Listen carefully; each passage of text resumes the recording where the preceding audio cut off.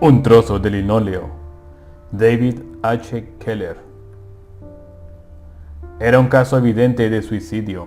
El coronel se había negado a tomar en consideración cualquier otra posibilidad, y sus vecinos compadecieron sinceramente a Mrs. Harker. No me lo explico, decía poco después la propia Mrs. Harker a dos de sus amigas. No comprendo cómo John ha podido hacer una cosa así, con lo felices que éramos. Lo comprendería si yo no hubiera sido una esposa amante para él, pero yo era más que una esposa, era una compañera. Esta casa, por ejemplo, ¿creéis que sería nuestra con toda la hipoteca amortizada si hubiese dejado manejar el dinero a John Harker? Ni en 100 años. Cuando regresamos del viaje de novios y vi que John se detenía en la estación a comprar flores para llevarlas a casa, comprendí cuál era mi deber de esposa amante, y os aseguro que supe cumplirlo. Desde aquel día, controlé rigurosamente todo el dinero que entraba en casa. Desde luego, le daba a John una pequeña cantidad para sus gastos, y procuraba que no le faltara el periódico a la hora de cenar.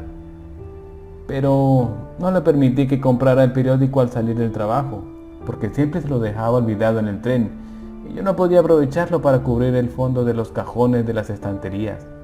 Si hubiésemos tenido hijos, no hubiera podido cuidar tan bien de él y de la casa y de los muebles. Pero antes de casarme, el médico me dijo que estaba muy delicada y que no podía exponerme a los peligros de la maternidad. Me dijo que tendría que considerar a mi futuro marido como si fuera mi hijo. Desde luego, John tardó bastante en comprenderlo, ya que la mayoría de los hombres no pueden comprender el punto de vista femenino, pero finalmente se resignó a lo inevitable, aunque nunca comprendió por qué decoraba su dormitorio en tonos rosas. Como estaba sola todo el día, tenía mucho tiempo para coser, y al cabo de poco tiempo me confeccionaba toda mi ropa y la mayor parte de la de John. Él solía pedirme que le dejara comprarse sus camisas, alegando que yo tenía demasiado trabajo para pasarme el tiempo confeccionándolas, pero le contestaba que me gustaba hacer aquellas cosas para él, y que él era el único bebé que yo tenía. En consecuencia, al cabo de un tiempo dejó de hablar del asunto. Me preocupaba mucho por su salud. Incluso escribí a Washington pidiendo unos libros especiales sobre alimentación. Y si en los 20 años de nuestra dulce vida de casados, John Harker comió una cucharada de algo que no fuera puro y completamente adecuado para un hombre de su peso y de sus características digestivas, tuvo que hacerlo en un restaurante, nunca en su propia mesa. Siempre me preocupó su salud. Cada mañana lo mismo, recordarle que se llevara el paraguas, asegurarme de que se ponía los chanclos y de que llevaba la necesaria ropa interior. Para todas las molestias me parecían pocas, tratándose de la salud de John. Y conservaba la casa limpia para él. No resulta muy fácil conservar limpia una casa cuando vive en ella un hombre, pero lo que él ignoraba, se lo enseñé. Pacientemente, como se enseñan esas cosas a un niño. Me costó 2 años acostumbrarle a entrar por la puerta trasera, a quitarse los zapatos y ponerse las zapatillas al llegar a casa. Pero con mucha paciencia, mucho amor y mucha insistencia, conseguí que adquiriera la costumbre. Teníamos unas alfombras magníficas, de esas que duran 3 generaciones si son tratadas convenientemente, y cuando descubrí lo descuidado que era John, coloqué piezas de linóleo alrededor de los lugares donde él acostumbraba a sentarse, y cuando venían sus amigos y John se olvidaba de pedirles que no fumaran, me apresuraba a colocar un trozo de linóleo debajo de ellos, para que la ceniza no manchara el suelo. He sido una mujer delicada y nerviosa desde que cumplí los 30 años. El doctor opinó que se debía al cambio, que empezaba a producir sus efectos, de modo que le sugería a John que debía ahorrarme el trabajo de lavar los platos después de cenar. Pero como era tan descuidado, tenía que poner varios trozos de linóleo debajo de la fregadera, para evitar las salpicaduras de agua jabonosa sobre el suelo que tanto me costaba encerar. Desde luego, no le impedía que disfrutara de algunas diversiones. Una vez al año le permitía asistir a una reunión de amigos en Lufay Pine Tree. a pesar de que sabía que a su regreso olería a humo de cigarro, pero yo era muy paciente con él y nunca le eché en cara el trabajo que me costaba hacer desaparecer el olor de su mejor traje. Al final, lo rociaba de lavanda y de heliotropo, y los domingos, cuando se ponía el traje para ir a la iglesia, solo olía a perfume. Al parecer, sus amigos sabían apreciar la clase de esposa que tenía John Harker, porque la corona que enviaron el día de entierro era sencillamente encantadora. Seguramente la visteis. La coloqué en un lugar visible, en la cabecera del ataúd, una corona de pequeñas margaritas blancas con las palabras «Descansa en paz», dibujadas con violetas. Pero, desde luego, os interesará saber cómo ocurrió. Ya comprenderéis que, dado mi delicado estado de salud, dormíamos en habitaciones separadas. Pero, como dijo el doctor, un marido tiene sus derechos, y ni una sola noche cerré la puerta de comunicación entre los dos dormitorios.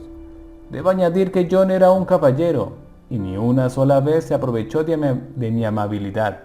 Veréis, inmediatamente después de casarnos, le conté lo que el doctor me había dicho acerca de lo funesta que podría resultarme cualquier impresión fuerte, y, sabiendo lo delicada que estaba, no quería cargar su conciencia con el peso de mi muerte. Creo que ya os he dicho que había decorado su habitación en tonos rosa. Además, en la pared y enfrente de la cama, de modo que fuera la última cosa que viera al acostarse y la primera al despertarse, había colgado una ampliación de una fotografía que nos hicieron durante nuestro primer viaje a Atlantic City. Yo estaba en una silla y él detrás, de pie, sosteniendo una sombrilla para proteger mi cutis del sol. Su cama era encantadora y yo la conservaba escrupulosamente limpia, lo mismo que la habitación. A un lado de la cama había un trozo de linóleo y encima de él una escupidera de porcelana con rosas de té pintada a mano. Se la regalé antes de nuestra boda.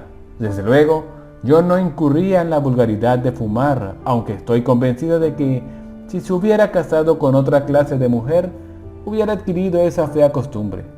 Pero era muy aficionado a la goma de mascar, de modo que todas las noches le permitía que mascara un trocito, que debía tirar a la escupidera antes de quedarse dormido. Cuando me encontraba bien, yo misma apagaba la luz de su cuarto, después de comprobar que todo estaba en orden. Pero cuando me atacaba la jaqueca, me veía obligada a confiar en que John había obedecido todas mis instrucciones. El querido doctor dice que en cuanto desaparezca mi debilidad, desaparecerán también las jaquecas, y espero que tenga razón. Aquella noche le entregué a John su asignación semanal y le expliqué que, comprando achicoria en vez de café, había ahorrado $3 y los había invertido en un trozo de linóleo estampado para su dormitorio. El dibujo era muy bonito, un cupido, disparándole una flecha a un tenebroso ciervo, que simbolizaba la vida matrimonial. John habló muy poco, pero después oí que apagaba la luz y que me decía «Buenas noches». Inmediatamente comprendí que le pasaba algo, porque le había enseñado a decir «Buenas noches, querida», subrayando cariñosamente la última palabra. Más tarde oí un drip, drip, drip y supuse que un grifo goteaba o que estaba lloviendo y grité «John, ¿estás seguro de haber cerrado bien todos los grifos de cuarto del baño?» Y él se echó a reír y dijo que todo estaba en orden y que no me preocupara. El drip, drip, drip continuó, aunque más débil, de modo que me quedé dormida. Cuando entré en su habitación para despertarle, a fin de que pudiera bajar a preparar el desayuno, ya que teníamos repartido así el trabajo, y eso me permitía tomarme media hora más de necesario descanso. Descubrí que el pobre John se había cortado las muñecas con una hoja de afeitar y estaba muerto. Aquel goteo que había oído durante la noche era la sangre de sus venas. El doctor me lo explicó todo. Me dijo que John era un psicópata, que ningún hombre casado con una mujer tan encantadora podía suicidarse, a no ser que estuviera loco. Esa debe ser la explicación. De una cosa estoy convencida. Durante los 20 años de nuestra dulce vida matrimonial, John no aprendió nunca a apreciar mis esfuerzos para que disfrutara de una casa agradable y limpia. Incluso en sus últimos momentos fue descuidado. Si hubiera extendido el brazo 2 pulgadas menos, se hubiera desangrado sobre el linóleo, en vez de manchar la preciosa alfombra de su habitación. Fin.